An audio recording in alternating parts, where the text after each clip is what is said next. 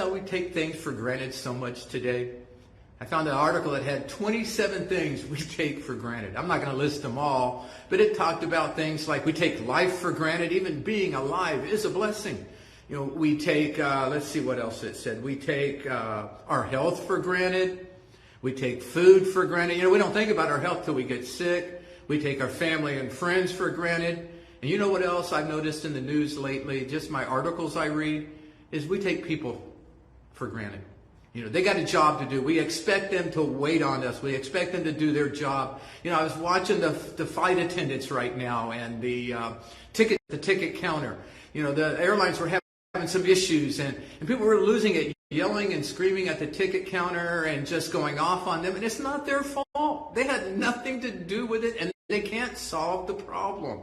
You know, but we just take it for granted and we take it out on others. And so I was wondering, is there some power in appreciation? Can we appreciate others and be more effective? You know, I like what Paul said to the church in Ephesus. He says this, I've not stopped giving thanks for you, remembering you in my prayers. I'm wondering how much better life could be if we showed a little appreciation. You know, people, yeah, well, that's their job. That's what they're supposed to do. Really? Is that how you want to be treated?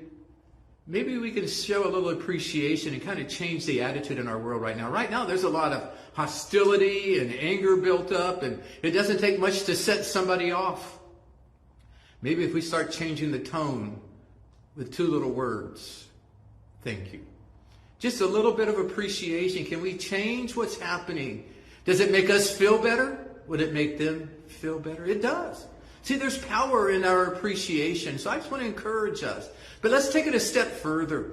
A lot of times now when I'm at places, I'll say thank you, but I'll talk about their name. Thank you, so-and-so. Thank you, Jill. Thank you, Harry. I appreciate what you're doing. Thank our waitress, that clerk at the store. You know, maybe they do a little extra. How about thank you for going the little extra mile? You know, doing that little extra thing, just giving that, you know, being specific with what they've done, saying something about that. Can we be appreciative? Is there power in that? See, I really believe there is. It can change my attitude.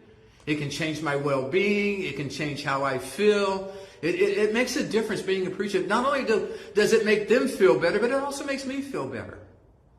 It can make you feel better. So I just want to encourage us this morning. Why don't we be a little more appreciative?